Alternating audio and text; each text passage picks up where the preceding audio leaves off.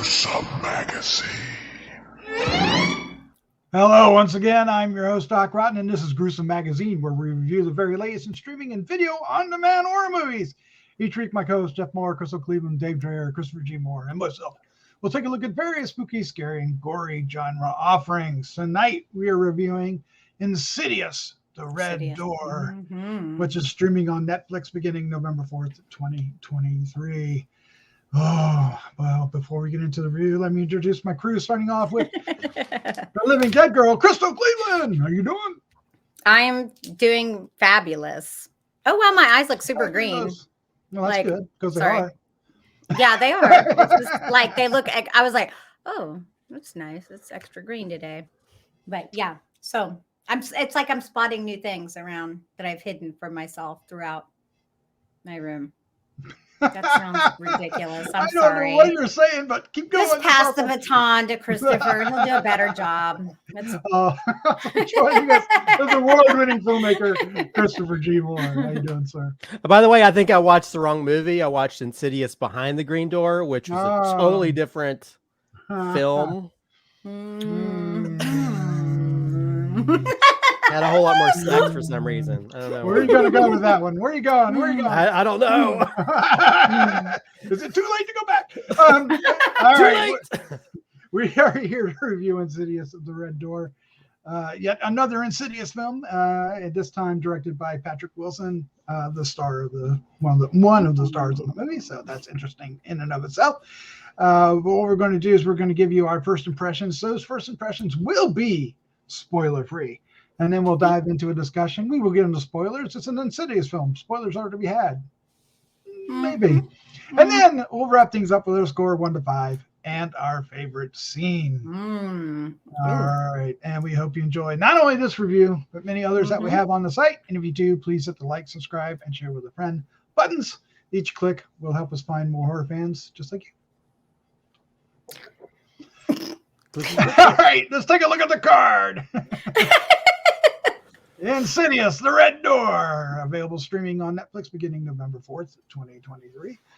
Hit theaters in July of this year, just so you know. The synopsis: the Lamberts must go deeper into the further than ever before to put their demons to rest once and for all.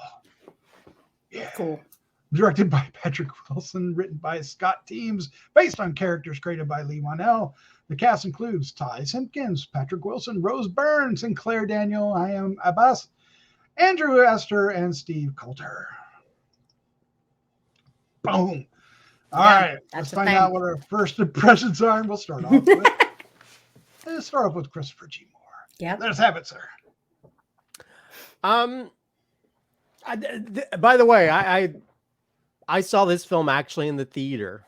Oh wow! And I saw it in probably one of the more interesting ways ever. Someone had an epileptic fit in the middle of the film. Oh no! They had a seizure in the middle of the. Well, they had a diabetic seizure in the middle of it, and so there was parts of it where people were coming in trying to treat the guy and get him out and give him like sugar and stuff like that in the middle. But the movie didn't stop, so it added that little extra element. So I guess you could, maybe they can market it as like it'll make some people have seizures because it's so scary.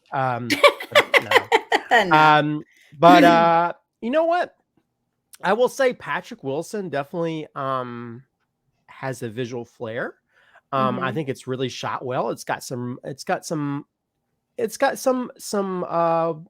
I would say some well thought out scenarios in a few places, but I don't know. There's also parts of it where it was like, do I really need Revenge of the Nerds mixed with Insidious? I don't know. Parts of it just, it felt like a different tone, like a weird, goofy comedic tone that got thrown in, not to say I don't like, me, I love horror comedies, but it just felt out of place, with it. But, it still had those moments. It had some, I would say, some pretty good sort of scare potential in certain areas.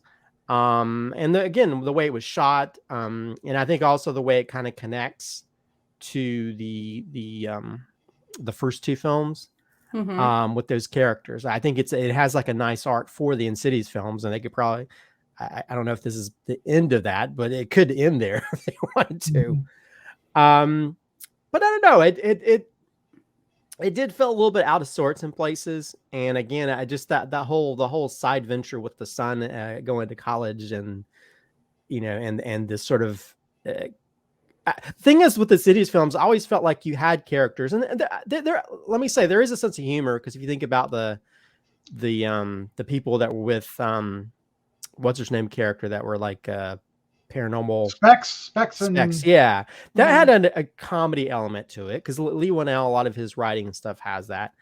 But this just felt like on a different level, and it felt like it almost felt like I was watching the 80s comedy at some point, with characters that were just more characters than anything else, like the overbearing person at the frat, and things like that.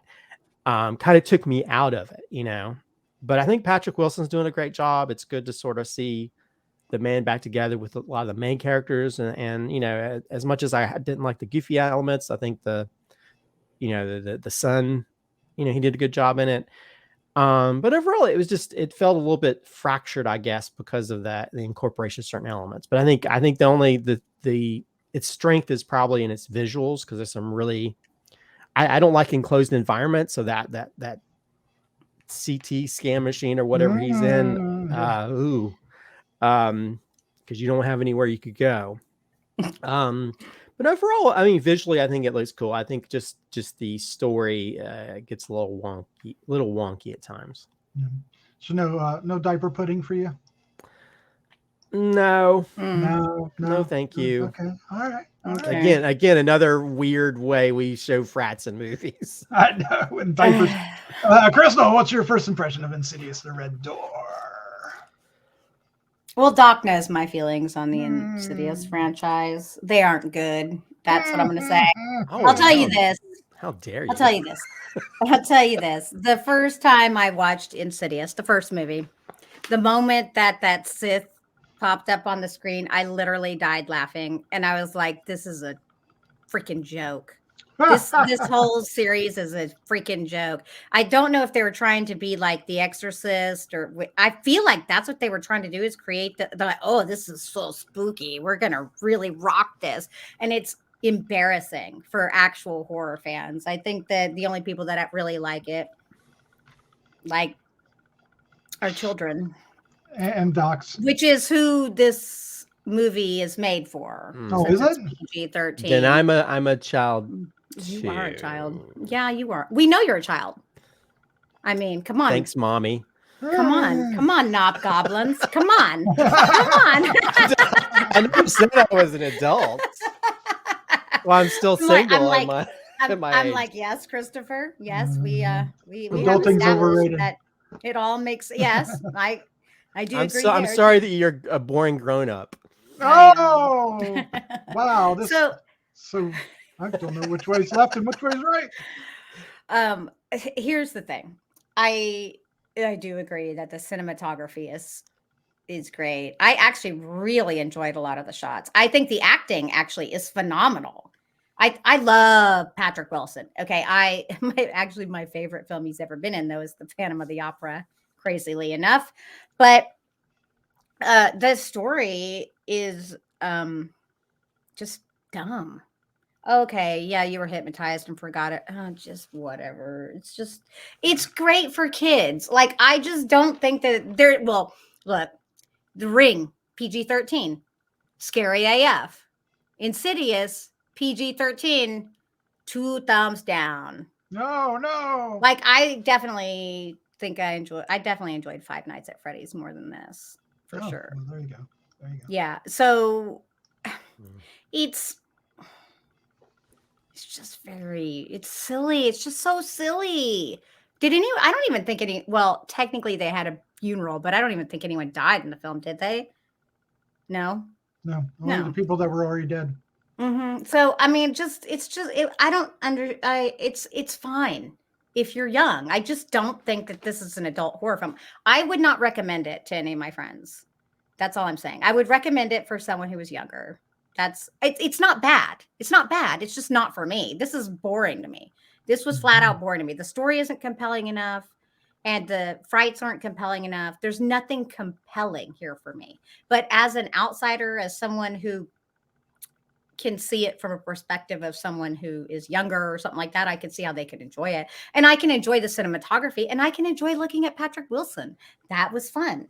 That was fun. So there's some things to enjoy within this film, you know, and I don't know, that man, the older he gets, the better looking he gets. I'm just saying. It's true. There you go. What is he, like 50 now? He's looking fine. 50 and fine. That's all I'm saying. So 50's to new 20, right?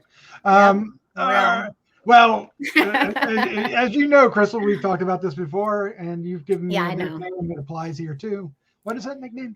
Blum Humper. This is a Blumhouse film. I'm the target audience for this as well. And but I will admit that the story is uneven. It doesn't quite gel all over the place. Now there are times when it really works, and I wish they kind of leaned into that more. And that's when it's with with the artwork, because I thought the artwork part of it was really interesting. Yeah. Oh God, the drawings were the drawings were beautiful. Yeah, I agree. And there are a couple moments of creepiness, but yes, this one has it may have one scare depending on your level of tolerance, but it's more creepy. They don't spend enough time in the further they needed to, and with the other elements of the further, we pretty much go straight for one thing, and I don't think that part of it was handled all that well. So for me, it's a mixed bag.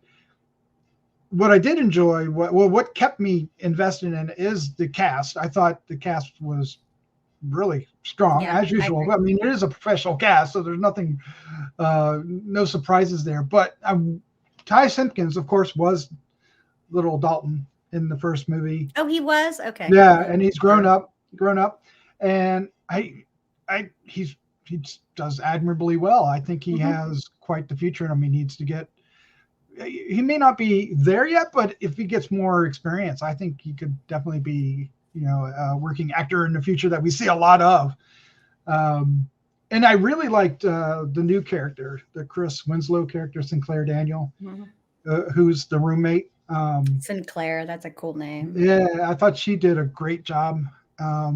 It also gave the character Dalton, something to bounce back and forth on, and that was needed. So there were some really strong elements there. It kind of, the separating the family kind of didn't work as well as I think they wanted it to.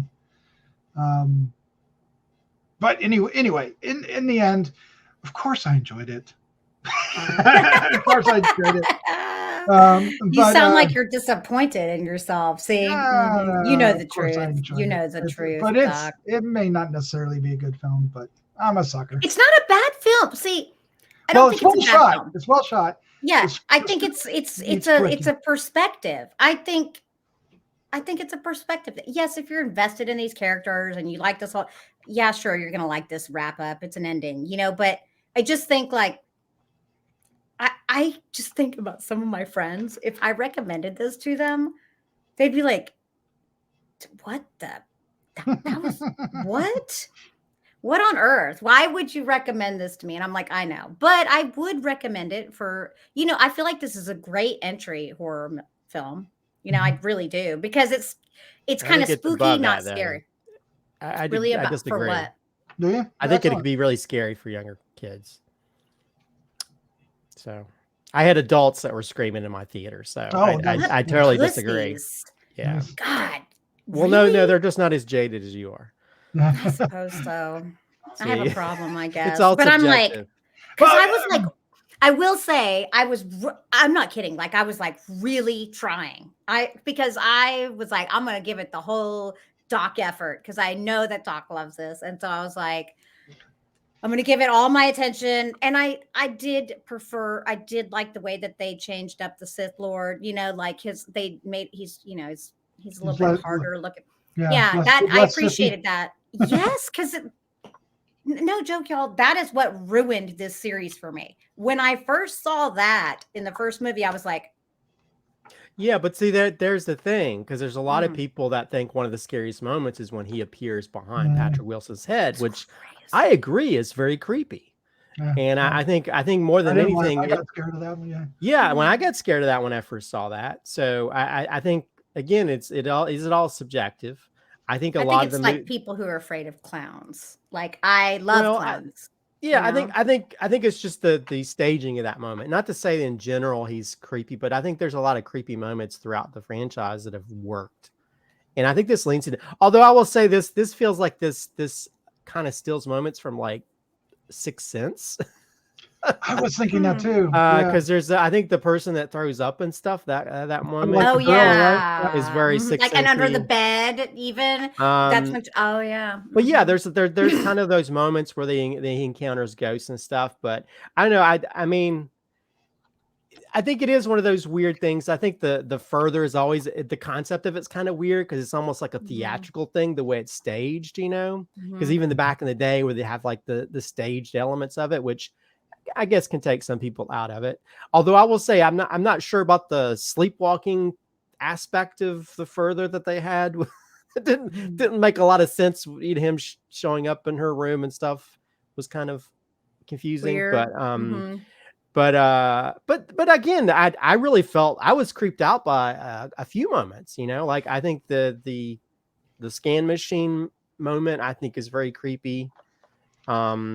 Coming out from under the bed. Yeah, there's a scene where he's like, which it almost felt like the nun type scene, but the scene where he's putting the stuff on the window, trying to remember stuff. I mean, there's a lot of moments I think that are staged very well and add that kind of creepy out. Or even when like the girls being attacked by all the different ghosts and stuff. I mean, there's a lot of, I think there are some good moments in it.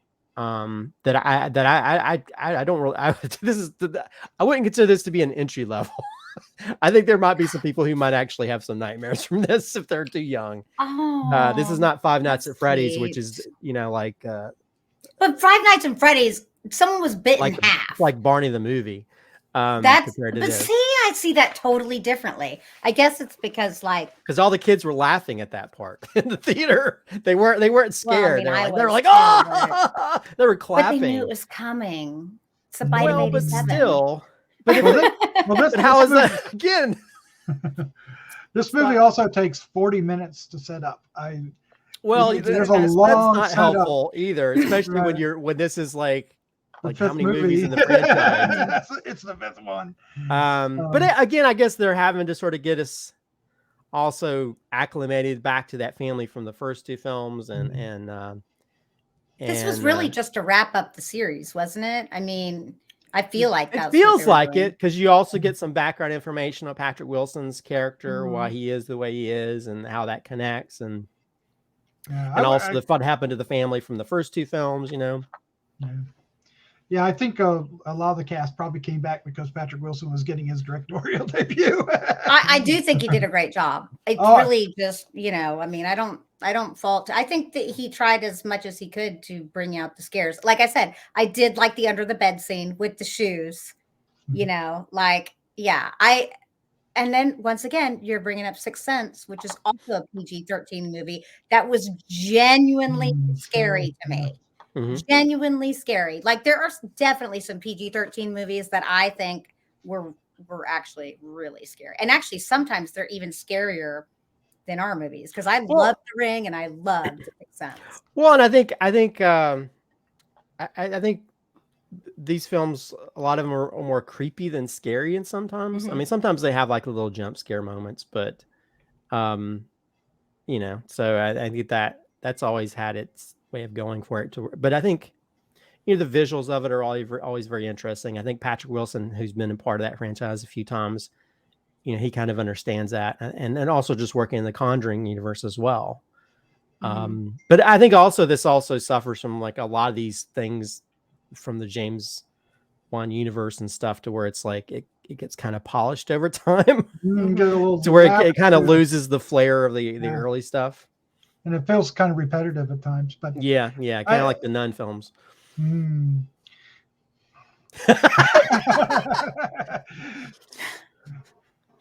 All right.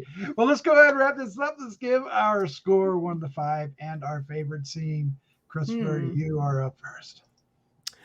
I'm going to give this a 3.5. I enjoyed the visuals of it. I think it's, I think the story's a little bit wonky with the tone in places. As for favorite scene, I'm just going to have to, the moment when he's in that scan machine. As someone that doesn't like enclosed environments and to have some little thing crawling, you have nowhere you could run, and that's my worst, one of my worst fears. It's being in a closed environment and something coming after me. And yeah, I think that's a very effective scene that they kind of showed you in the trailer, and to me that had that moment of like the Conjuring, where the clapping type thing. It just had that moment. It's like, ooh. It's a very effective scare moment. Crystal Cleveland, you're up next. What is your score and your favorite scene? Okay, I'm going to give this a 3 for kids. A 3 for children. Just be happy I gave it a 3, okay? Patrick Wilson, I would actually genuinely like to see more from him. Really, I'm surprised. I'm really surprised he managed to pull off such a good performance and directing. It's hard. It's hard to do more than one thing. So that's impressive as well. I want to say my favorite scene is the vomiting, which it probably is, but I'm to choose a different scene. I'm going to choose the one where he paints the door and then cuts himself. Actually grabs him and cuts him. And I once again, you mentioned the painting, and I really loved the artwork, and I loved the painting, and I loved that whole concept of that. That was actually pretty intriguing. Like when he pulled the hammer out of the other painting, that was really well. Yeah. I see that like reminds me of The Ring in a way, because one of my favorite movies is The Ring, in which he pulls that fly out of the video. So spooky. That's clever. So I do think that they took different aspects of, they're like, what is the best PG-13 horror movies we can find? And that's, you know what? That's how you do it. And then pay little homages to it. I don't have a problem with that. It's a good scene. It's a good scene. All right. I'm going to give this a 3.75. But good. Keep in mind, I'm biased. This is true. Yes. I like Blumhouse, and I like this franchise, and I'm rooting for Patrick Wilson. So there's a lot of bias going on. It's not an unbiased opinion. But I could have liked it more. You could have. Yeah. My favorite scene, I'm going to say the one thing I liked about the Chris Winslow character, is, I said it earlier, is that she was, with Dalton. She supported Dalton. She understood what Dalton was going through, and she got to experience it as these things started crawling out from under the bed and out of the closet and doing the usual weird, unnatural movements and stuff, and crawling closer and closer to her. She's trying to get Dalton to wake up. I thought that was creepy, especially coming out from under things coming out from under the bed. Come on.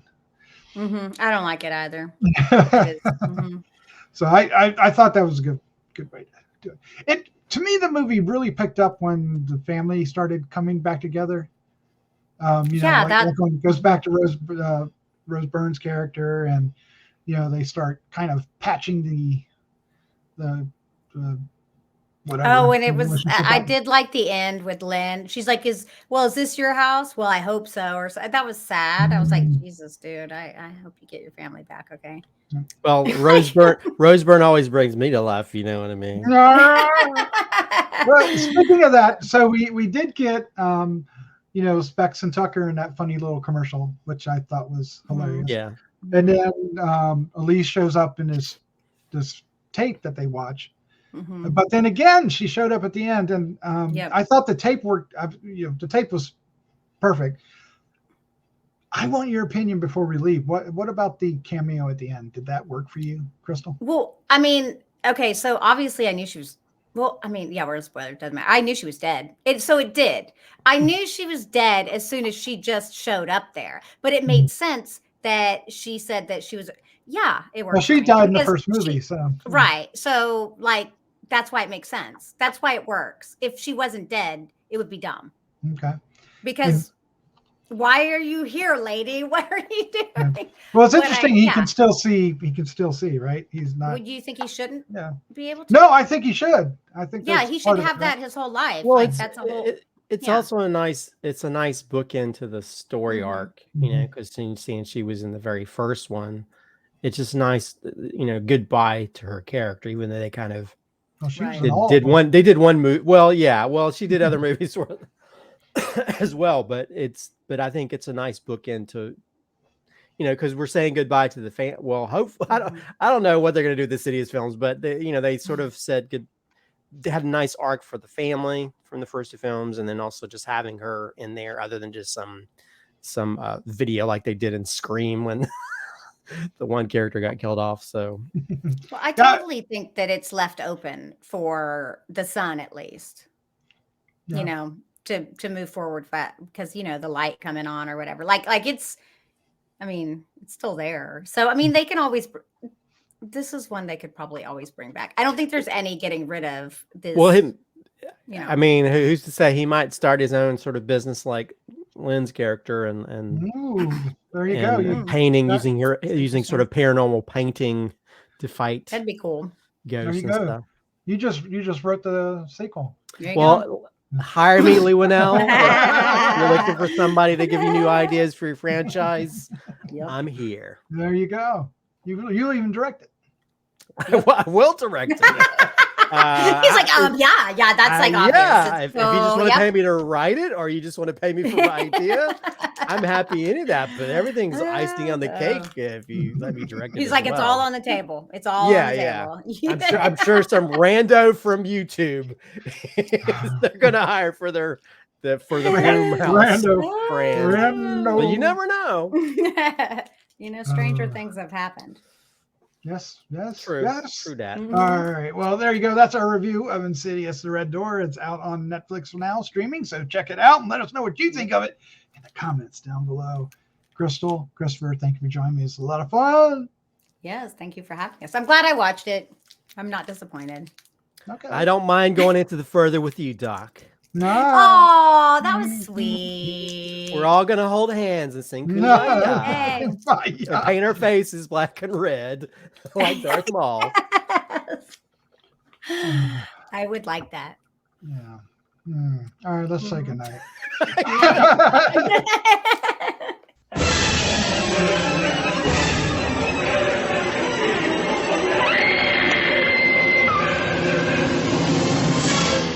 Gruesome Magazine.